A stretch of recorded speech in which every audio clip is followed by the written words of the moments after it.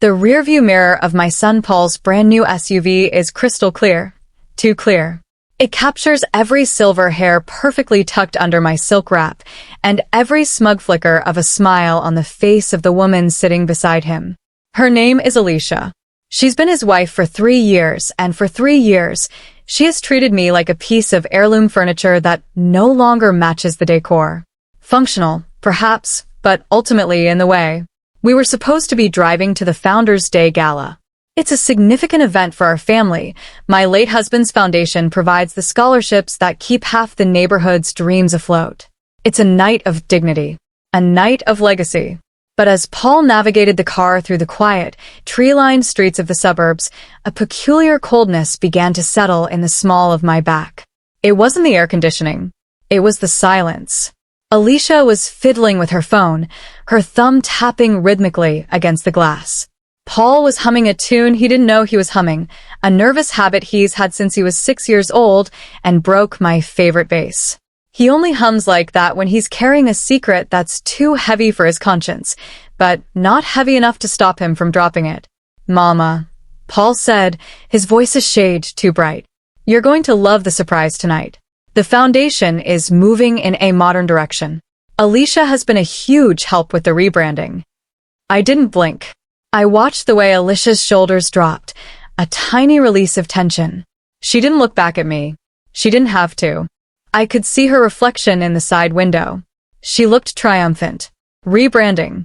That's the word young people use when they want to bury the past and pretend they built the future themselves. I looked down at my hands. I was wearing the gold rings my husband bought me after 40 years of building that foundation from a dusty basement office.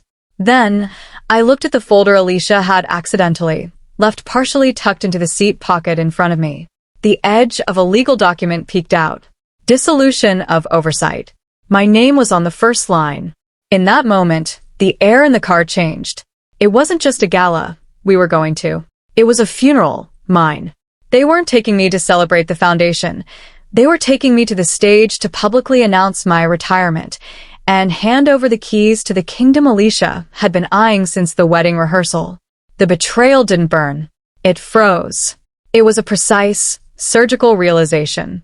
My own son, led by a woman who mistook my grace for frailty, was planning to peel my life's work away from me under the bright lights of a ballroom.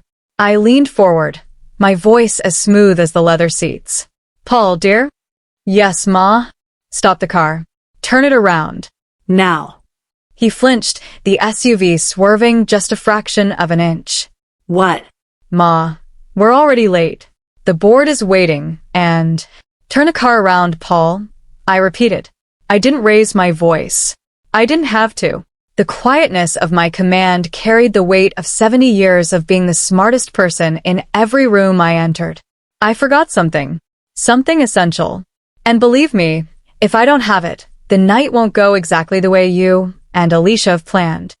Alicia finally turned around, her eyes narrowing, trying to read the stillness in my face. She thought she saw a confused old woman. She was wrong. She was looking at the architect of her upcoming education. If you think you know where this is going, you don't. Paul didn't argue.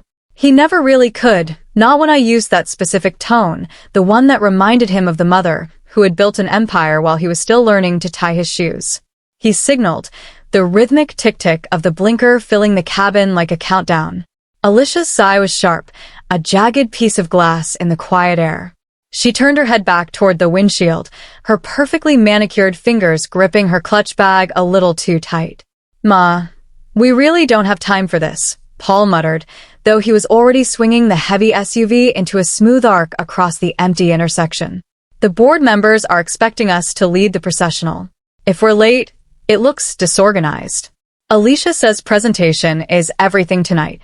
"Alicia is right about one thing," I said, leaning back into the shadow of the rear seat. "Presentation is everything. But a presentation without its foundation is just a hollow shell, isn't it?" I saw Alicia's eyes flick to the rearview mirror. She was trying to discern if there was a double meaning in my words. I kept my expression as blank as a fresh ledger. I watched the familiar streets of our neighborhood roll by in reverse. The oak trees, the wrought iron fences, the houses I had helped my neighbors save from foreclosure back in '98. They thought I was just a figurehead now, a grandmotherly face to put on the brochures while they dismantled the legal protections I'd spent decades weaving. "What did you forget, Mother?" Alicia asked. She didn't call me Mama like Paul.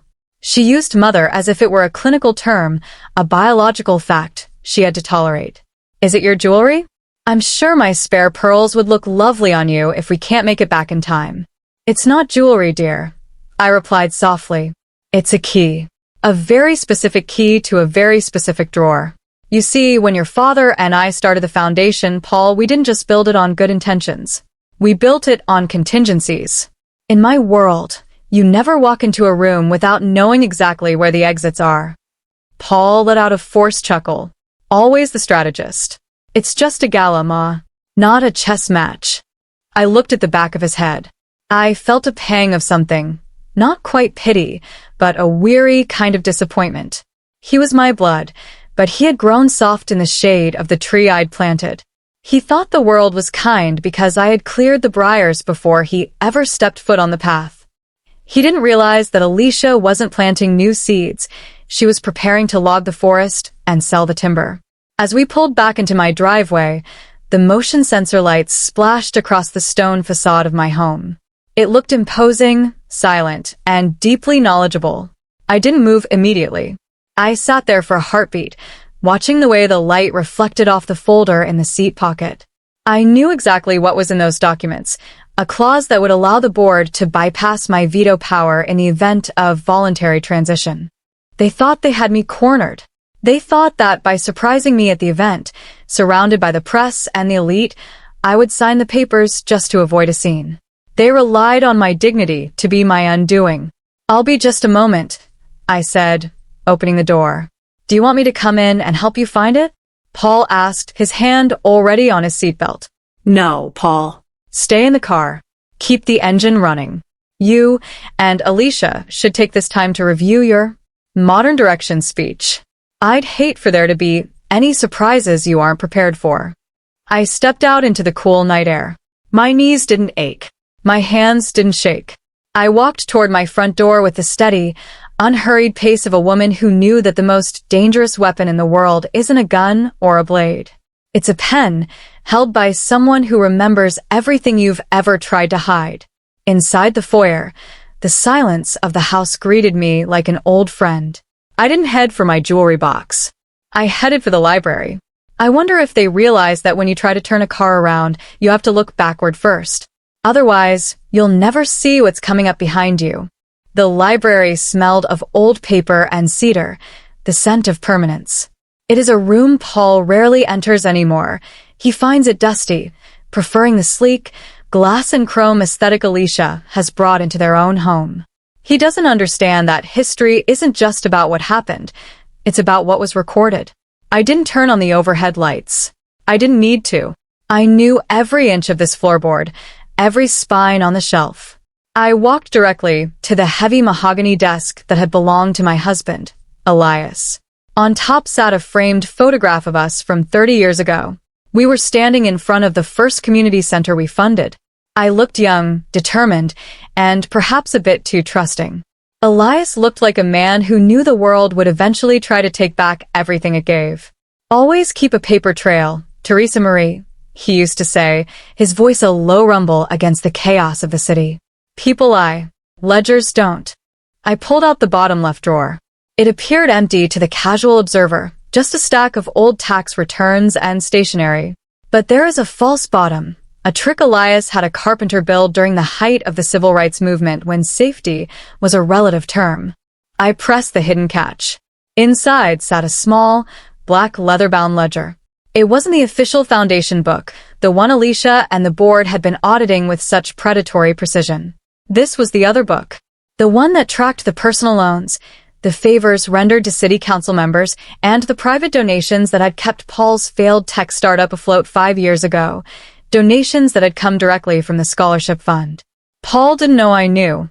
He thought he'd covered his tracks with a few clever transfers. He didn't realize that his mother hadn't just been a figurehead. She had been the one balancing the scales for decades. I tucked the ledger into my slim evening bag. It was a tight fit, the leather pressing against the silk, but it felt solid. Weighty. I also grabbed a small, nondescript flash drive from the same compartment. On it was a recording of a phone call Alicia had made 6 months ago to a real estate developer, one who happened to be the primary rival to our foundation's land trusts. I heard the muffled sound of a car horn from the driveway. Paul was getting impatient. Alicia was likely checking her watch, wondering if they would miss the red carpet entrance. They were so concerned with the timing of their coup that they hadn't considered the timing of my response. I walked back to the foyer, pausing for a moment in front of the mirror. I smoothed my dress. I looked exactly like the woman they wanted to see, a legacy, a relic, a gentle grandmother. It is a powerful thing to be underestimated. It provides a cloak of invisibility that no amount of money can buy. As I stepped back out into the night, the SUV was idling, its exhaust a white plume in the cool air. I climbed into the back seat and pulled the door shut with a soft, final thud. "Find it, Ma?" Paul asked, his eyes meeting mine in the mirror. He looked relieved. He thought the delay was over, that the only thing left was the short drive to his triumph. "I found exactly what I was looking for, Paul," I said, my voice dropping into a register that was almost a whisper. "The truth has a way of staying right where you left it." Alicia didn't look back this time. She was busy checking her reflection in the visor mirror, reapplying a layer of deep red lipstick. It was the color of a predator that had already fed. "Good. We're 20 minutes behind schedule, but if we skip the cocktail hour, we can still coordinate with the photographer. The board wants a shot of the passing of the torch for the morning edition." I watched the back of her neck. She was playing a game she thought she had invented, unaware that I had written the rules before she was born. We began the trek back toward the city lights, the car humming a low, mechanical purr. The drive into the city was quiet, save for the hum of the tires on the asphalt. We were crossing the bridge now, the river below a dark, roiling ribbon of obsidian. It's funny how people think they can control something as fluid as power. They build dams and levees, they try to redirect the flow to their own gardens, but water always remembers where it's supposed to go. The gala theme this year is New Horizons, Alicia said, her voice cutting through the stillness like a cold blade. She didn't look back. She was busy adjusting her diamond earrings. "We've shifted the color palette from the traditional gold and navy to silver and slate. It feels more professional, less like a neighborhood gathering and more like a corporate summit." I watched the lights of the city shimmer on the surface of the river. "Slate is a very hard stone, Alicia. It's easy to slip on if the surface isn't perfectly level." She paused, her hand hovering near her ear. She gave a small, sharp laugh that didn't reach her eyes. "I think we've accounted for the friction, Mother. The board is very excited about the efficiency of the new model. We're cutting the overhead by 40% by outsourcing the community outreach programs to a private contractor." Paul gripped the steering wheel, his knuckles white. I knew that contractor. It was a shell company owned by a cousin of the very real estate developer Alicia had been whispering to on the recording in my bag. They weren't just rebranding the foundation. They were gutting it. They were taking the soul out of the work and replacing it with a balance sheet that favored their friends. "Outsourcing the heart," I murmured. "It's a bold strategy. It's also a mistake. You see, the people in those neighborhoods don't trust contractors. They trust me. They trust the name Elias built. When you remove the face they know, they stop looking at the foundation as a hand up, they start looking at it as a closed door." "That's exactly why the transition tonight is so important," Paul interjected, his voice pleading. "If you stand there and give the blessing, Ma, they'll follow us. They'll accept the changes, because you said it was okay. That's all we need from you. Just the blessing." He said it so simply, as if he were asking me to pass the salt at Sunday dinner. He didn't see the irony. He wanted my credibility to authorize his betrayal. He wanted to use my voice to silence the very people I had spent 40 years protecting. I felt the weight of the flash drive in my bag.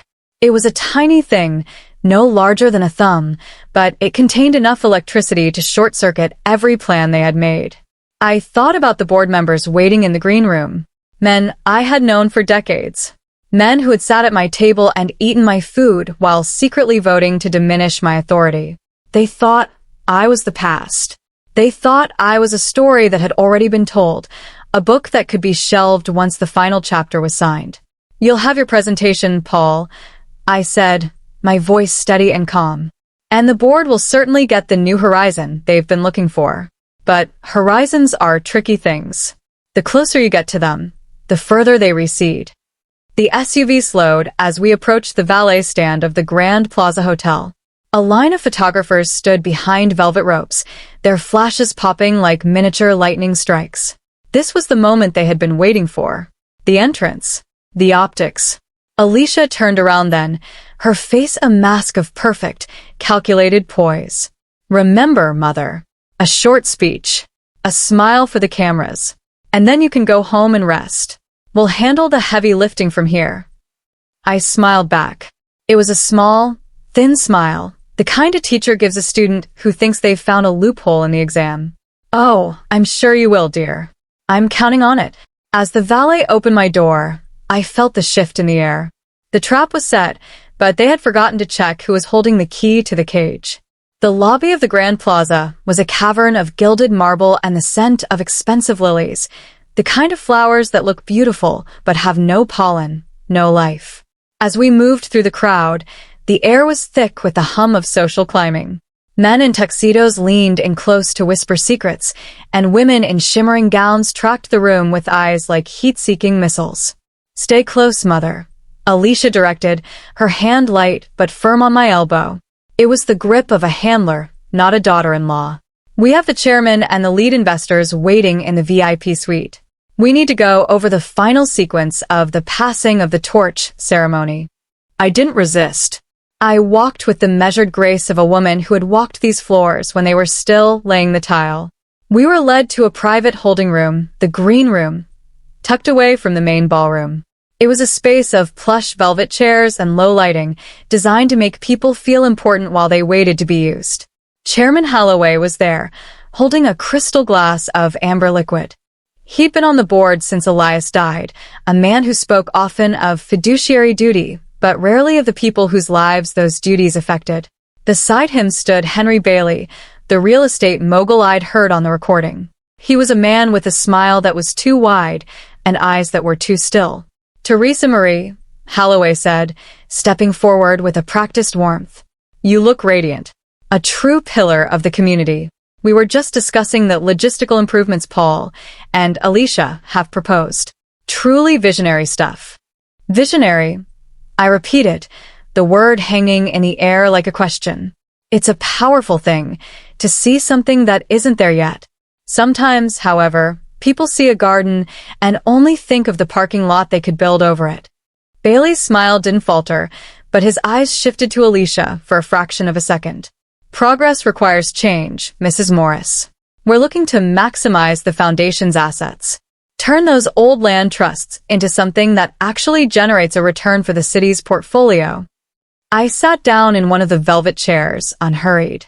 I placed my silk bag on my lap, my fingers tracing the outline of the ledger inside. "My husband didn't build this foundation to be a portfolio, Mr. Bailey. He built it to be a shield. Shields don't generate returns. They prevent losses. Losses of homes, losses of history, losses of hope." Paul stepped forward, his face flushed. "Ma, we've been over this. The world is different now. We need to be competitive." I looked at my son. He looked like a man trying to convince himself of a lie. "You aren't competing with the world, Paul. You're competing with your own conscience. And I'm afraid you're winning." The room went silent. The tension was a physical weight, a cord stretched to the point of snapping. Alicia broke it with a sharp, artificial laugh. "Well, we all have our different perspectives. That's what makes the board so dynamic. Why don't we sign the preliminary transition of authority papers now? It'll save time during the presentation, and we can focus on the celebration." She reached into her bag and pulled out a silver pen, the kind given as a graduation gift, and a single sheet of paper. The paper that would strip me of my veto. The paper that would allow them to sell the land trusts to Bailey by Monday morning. I looked at the pen. I looked at the paper. Then I looked at Chairman Holloway. "You know, Henry," I said, addressing Bailey directly, I was looking through some old records this evening. Funny things records. They tell stories that people forget they've written. For instance, I found a very interesting entry regarding a consultancy fee paid to a certain chairman's offshore account 3 months ago. Holloway's glass clicked against his ring. The amber liquid trembled. The silence in the VIP suite wasn't empty. It was heavy, like the air before a terminal strike of lightning. Holloway didn't set his drink down. He couldn't. His fingers had frozen around the crystal, his knuckles turning a waxy white that matched his silk pocket square. Beside him, Bailey's smile didn't drop. It simply curdled, turning into a thin, jagged line of defensive porcelain. Teresa Marie, Holloway finally managed, his voice a low, gravelly rasp. I think you might be misinterpreting complex international tax structures. There's no need for dramatic accusations in a room full of friends. Friends, I repeated, the word tasting like copper. Is that what we are, Henry? I remember when you were a junior clerk and Elias gave you your first seat on a municipal board. I remember the way you thanked him. You said you'd spend your life protecting the integrity of this city. It seems your price for that integrity was surprisingly affordable. Alicia stepped between us, her heels clicking sharply on the hardwood floor. She was trying to regain the floor, trying to pull the oxygen back into her own lungs. Mother, this isn't the time or the place. We have a schedule. The press is already seated. Paul, talk to her. Paul looked at me, then at the floor. He looked like a boy who had wandered into a deep forest and realized he didn't know the way home. Ma, please. Just sign the paper. We can talk about the consultancy fees later. It's for the good of the foundation. We need Bailey's capital to stay liquid. I looked at my son, really looked at him. He didn't see the predator standing next to him. He only saw the shiny, silver future she had promised him. Liquidity is just another word for leaking, Paul. And once you start leaking the truth, you can't just mop it up when the guests leave. I reached into my bag. I didn't pull out the pen. I pulled out a small, digital recorder, the kind journalists use. I placed it on the low marble table between us. It looked small and harmless, a little black plastic insect in a room full of giants. I'm not signing anything tonight, I said, my voice dropping into a calm, rhythmic cadence. In fact, I think we should discuss a new agenda for the gala. Instead of a passing of the torch, perhaps we should call it an audit of intent. Bailey took a step forward, his shadow falling over the table. You're playing a very dangerous game, Mrs. Morris. You're an old woman with a legacy that's already fading. If you make a scene tonight, you won't just lose the foundation. You'll lose your reputation.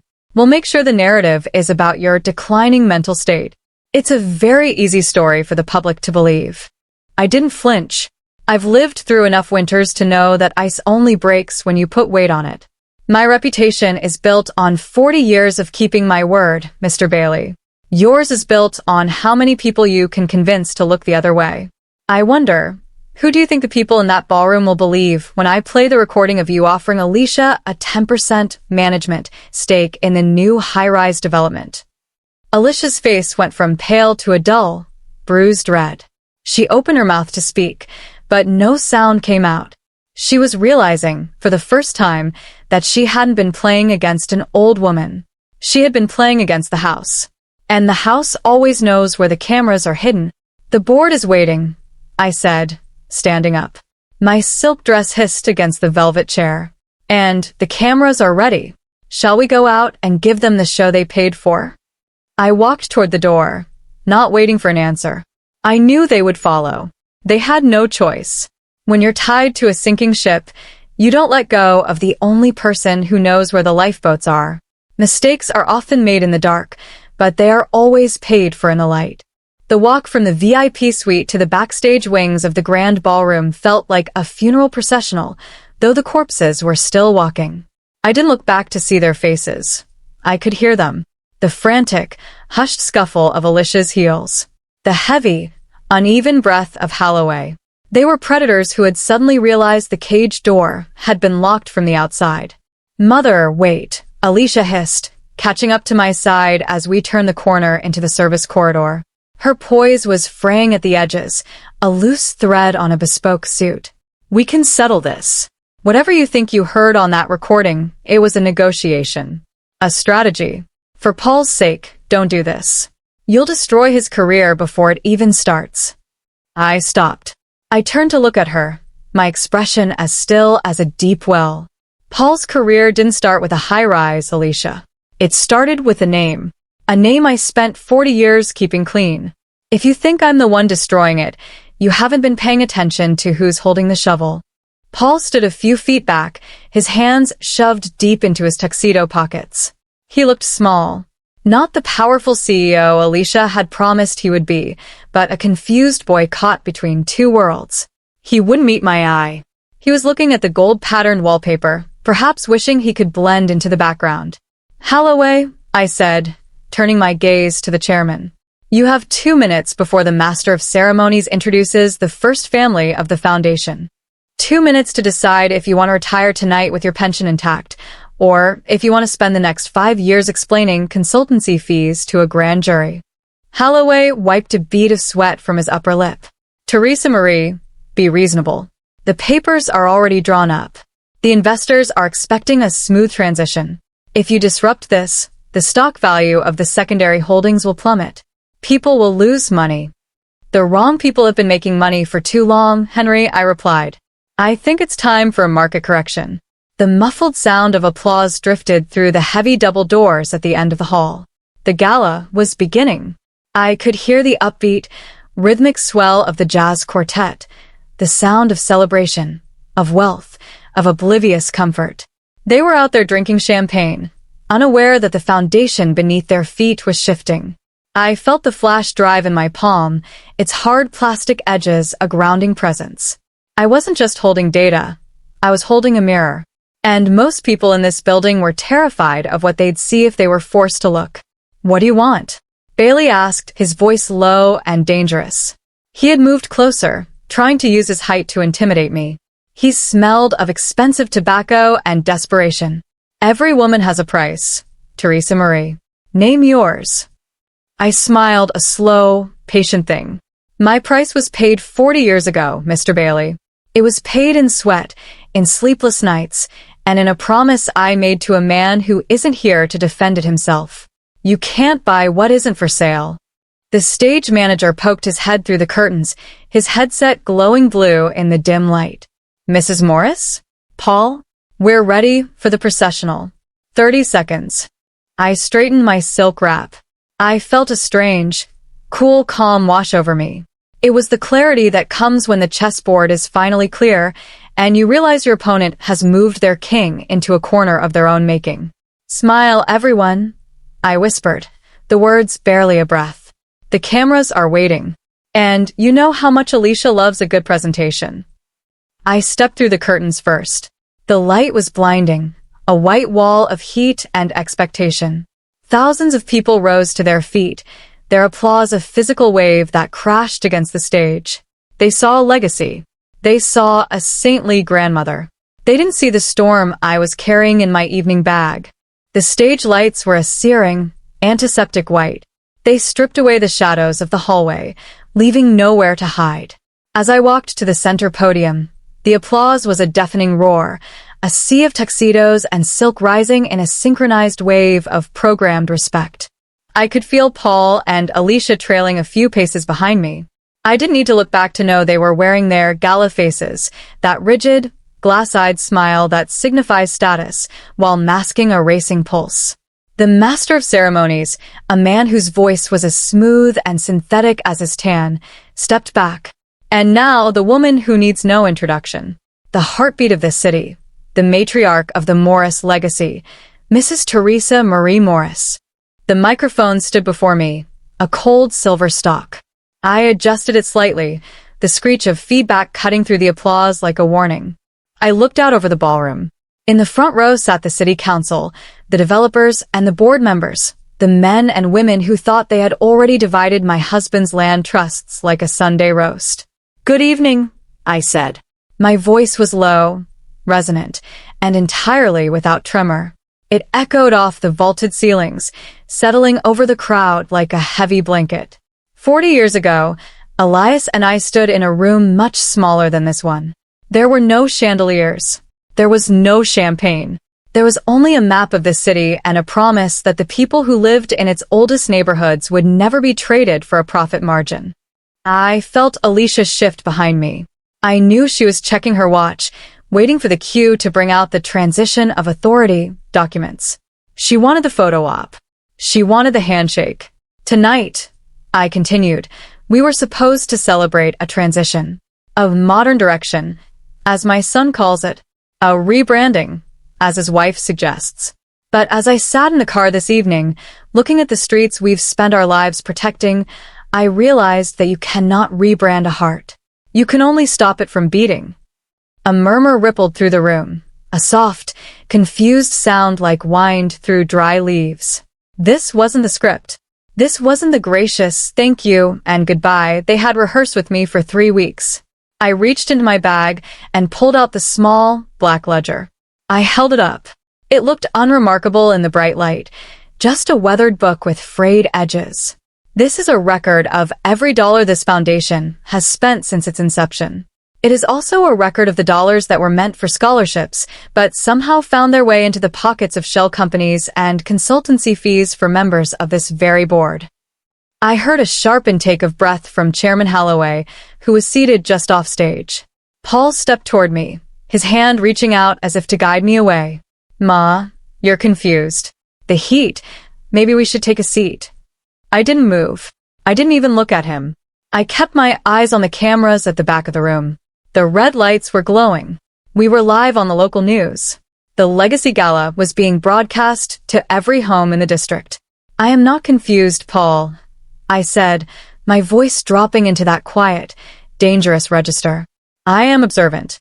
And what I have observed is a group of people who mistook my silence for absence. They thought that because I was old, I had stopped counting. They thought that because I was kind, I had stopped being a threat. I looked directly at Henry Bailey in the front row. His face was a mask of frozen fury. He knew what was coming. He knew that the flash drive in my other hand contained the digital fingerprints of his greed. Tonight is not a passing of the torch, I told the room, and the silence was now absolute. It is a clearing of the air. Before we move into any new horizon, we are going to have a full, independent audit, starting with the documents I am handing over to the district attorney's office tonight. The silence that followed was not the respectful quiet of a captivated audience. It was the heavy, ionized stillness that precedes a massive electrical failure. 4-3 heartbeats. The only sound was the low, mechanical whir of the cooling fans in the overhead projectors. I looked down at Paul. His hand was still hovering in midair, frozen in the gesture of a man trying to catch a falling glass that had already shattered on the floor. Mother, he whispered, so low the microphone barely caught the ghost of the yen. What are you doing? You're destroying everything. Your own son. I turned my head just enough to meet his gaze. My eyes were as calm as the eye of a hurricane. I didn't destroy this, Paul. I'm simply turning on the lights. If the room looks messy, don't blame the person who flipped the switch. Behind us, Alicia had retreated. She wasn't the triumphant princess anymore. She was a cornered animal looking for an exit that didn't involve a camera lens. She knew the red light on the main camera was still glowing. She knew that in every living room in the city, her modern direction was being exposed as a map to a graveyard. Chairman Holloway stood up from his seat at the edge of the stage. His face was the color of a bruised plum. This is an unfortunate episode, he stammered, addressing the crowd while pointedly avoiding the lens. Mrs. Morris has had a very long day. The transition, the stress of the legacy. We will take a brief recess to ensure she is comfortable. I have never been more comfortable, Henry, I said, my voice cutting through his frantic damage control like a piano wire. In fact, I'm finally breathing clearly. The air in this foundation has been quite thin lately, wouldn't you agree? All that outsourcing seems to have sucked the oxygen right out of the room. I held up the flash drive, the silver casing catching the spotlight and throwing a jagged spark of light across the front row. Henry Bailey didn't move. He sat like a stone gargoyle, his eyes fixed on the drive. He was a man who lived by the contract, and he knew that I had just torn us up in front of the world. In this drive, I continued, are the recordings of the phone calls made to the development board. There are the ledger entries for the donations that were rerouted to offshore accounts. And most importantly, there is the proof that the scholarship fund, the money meant for the children of the Fourth Ward, was used as collateral for a high-rise that would have seen those same children evicted. A gasp erupted from the back of the room. The wait staff, the junior associates, the people who actually lived in the neighborhoods we served. The polite society in the front remained paralyzed, their reputations hanging by a thread that I was currently holding between my thumb and forefinger. I looked at the district attorney, who was seated at table 4. He was a man Elias had mentored, a man who still carried a pocket watch my husband had given him. He stood up slowly, his expression unreadable, but his eyes were focused entirely on the black ledger in my hand. Teresa Marie, he said, his voice carrying through the hall, are you prepared to swear to the authenticity of those records? Every single line, David, I replied. I've spent 40 years writing this story. I wouldn't dream of getting the ending wrong now. I felt Paul's hand finally drop to his side. He looked at Alicia, and for the first time in 3 years, I saw him see her. Not the visionary partner, but the architect of his ruin. The power dynamic hadn't just shifted, it had inverted. The district attorney, David, began walking toward the stage. His footsteps on the polished wood were rhythmic, a slow drumbeat signaling the end of a very long, very quiet era. In the front row, Henry Bailey didn't reach for his phone or try to signal his security.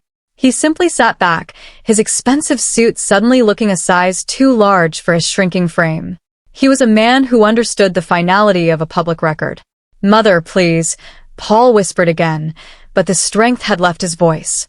He sounded like a child lost in a supermarket. We can fix this. We can adjust the contracts. We don't have to do this in front of everyone. I looked at him, and for a fleeting second, the mother in me wanted to reach out and smooth his lapel. But the woman who had buried Elias knew that some things are too broken for a mother's touch to mend. You wanted a modern direction, Paul. In the modern world, everything is recorded. Everything is shared. You can't ask for the spotlight and then complain when it shows the cracks in the floor. I handed the black ledger to David as he reached the edge of the stage. The transfer was silent, but it felt like the closing of a heavy iron door. I'll take these into custody, Teresa Marie, David said, his voice grave. He looked at Holloway, then at Bailey. I suggest no one leaves the building until my office has had a chance to verify the contents of the drive. Alicia had moved toward the side exit, her shadows stretching long and thin against the velvet curtains. She was halfway to the door when a young woman, one of the scholarship recipients who had been scheduled to present me with a bouquet later that evening, stepped into her path. The girl didn't say anything. She just stood there, her eyes wide and knowing. Alicia stopped.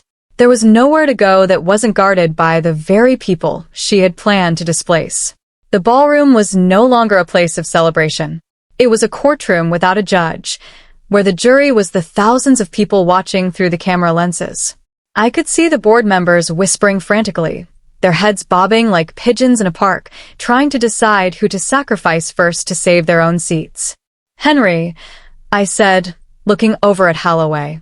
He was still clutching his empty glass, his face a ghostly gray. The transition of authority, papers are still on the table in the green room. I think you should go back and sign the ones that specify your immediate resignation. It would be more professional than the alternative. Holloway didn't argue.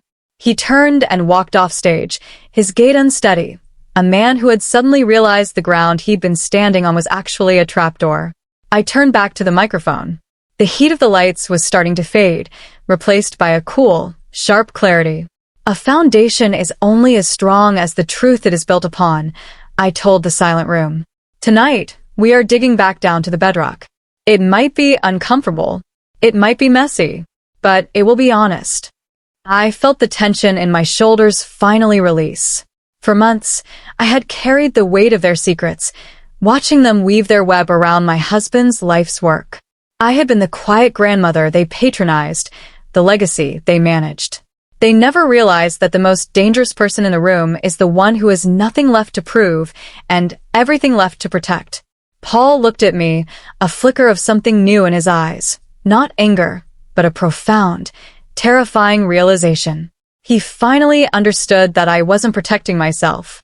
I was protecting the Morris name from him. If you think the collapse is the end of the story, you're forgetting that you have to clear the rubble before you can build something that lasts.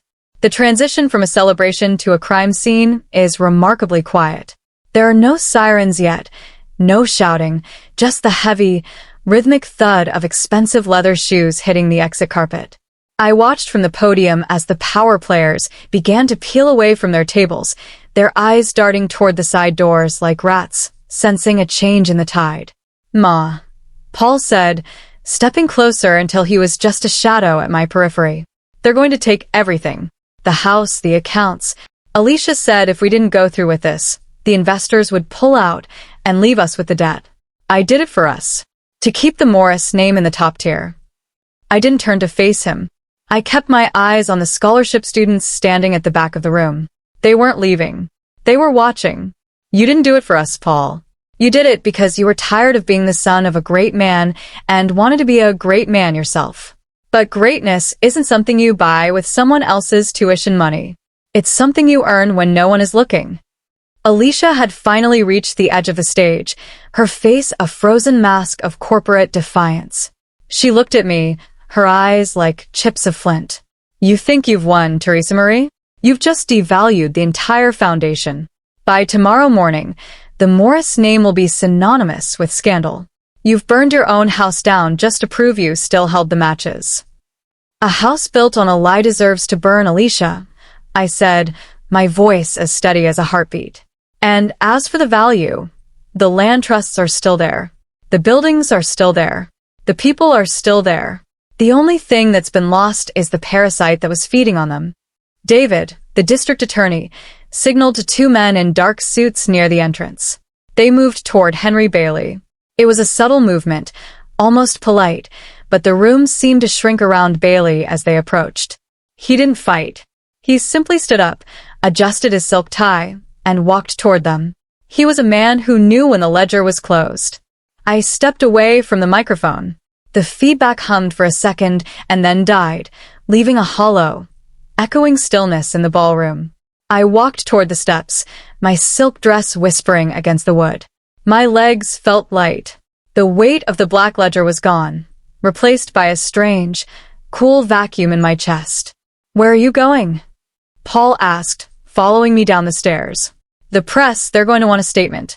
The board members who aren't implicated, they need to know what happens next." "What happens next is none of my concern, Paul," I said, pausing at the bottom step. "I've spent 40 years being the bridge. Tonight, I've decided to be the river. You and the remaining board members can figure out how to swim. Or you can sink. That's the beauty of a modern direction. It requires a lot of personal responsibility." I walked past the VIP tables, past the abandoned champagne flutes, and the half-eaten lobster. I didn't look at the faces of the people I had known for decades. I didn't need to. I knew exactly who they were now. As I reached the grand mahogany doors of the ballroom, I saw the young woman with the bouquet. She stepped forward, her hands trembling slightly as she held out a bundle of deep, velvet red roses. "Mrs. Morris," she whispered, "thank you for staying." I took the flowers, the scent of them filling my senses, a real, earthy smell that cut through the sterile perfume of the hotel. "Don't thank me, child," I said, touching her cheek. "Just make sure you keep the door locked from now on. Not everyone who brings a gift is a friend." I walked out into the lobby. The marble felt cold through the soles of my shoes. I could hear the distant murmur of the city outside, the sirens, the traffic, the life that continued regardless of who sat in a boardroom. I didn't wait for Paul. I didn't wait for the car. I walked toward the front entrance, the roses cradled in my arm like a victory. The air outside the Grand Plaza was sharp, carrying the scent of rain that hadn't quite fallen yet. I didn't wait for the valet. I didn't wait for Paul to stumble out with his excuses and his hollow apologies. I walked to the edge of the sidewalk, the red roses in my arm the only splash of color against the charcoal sky. A taxi pulled up, the yellow paint chipped and honest. I slid into the back seat, the vinyl cool against my silk dress. Home, I said, and the driver didn't ask for an address. Everyone in this city knows the Morris house. As we drove away, I looked back at the hotel. The lights were still blazing, reflecting off the glass like a fever dream. Inside, the vultures were likely already picking at each other, trying to decide who would take the fall for Holloway and Bailey. Paul would be there, caught in the middle, realizing too late that when you trade your soul for a seat at the table, you usually end up being the meal. When I reached my front door, the house was waiting for me in the same stillness I had left it. I walked into the foyer and set the roses on the hall table. I didn't turn on the lights. I didn't need to. I knew the way. I went back to the library. I sat in Elias's chair, the leather sighing under my weight. I looked at the empty drawer, where the ledger had lived for 20 years. It felt lighter now. The house felt lighter. The secrets that had acted as insulation for so long were gone, and for the first time in a decade, I could hear the house breathe. Alicia had been right about one thing. I had burned the house down. But she didn't understand that some houses are built on rot. You can't paint over termites and call it a modern direction. You have to let the fire take what isn't solid so you can see what remains. Tomorrow, the phones will ring. The lawyers will descend.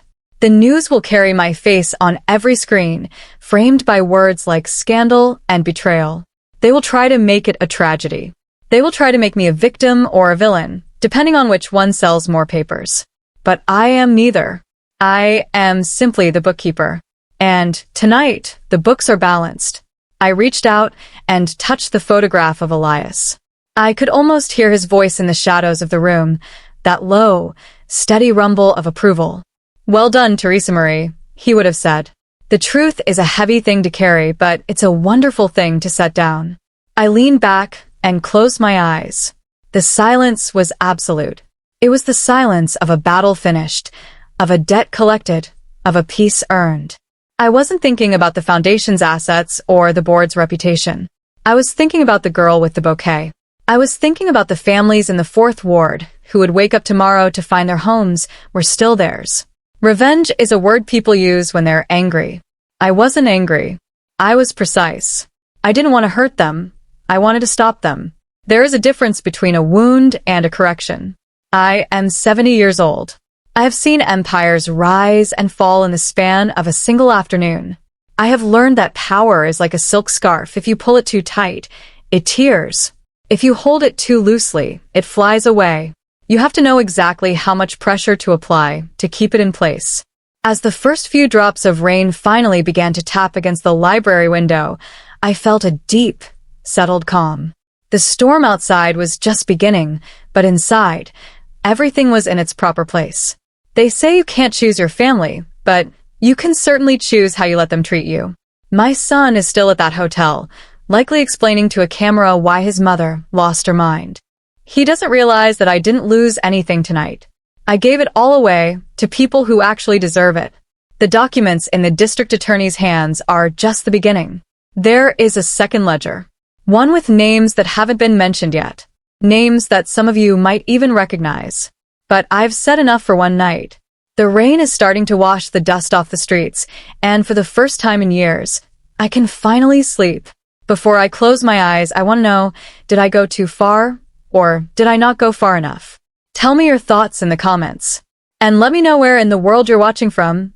I'd like to know how far the truth is traveling tonight.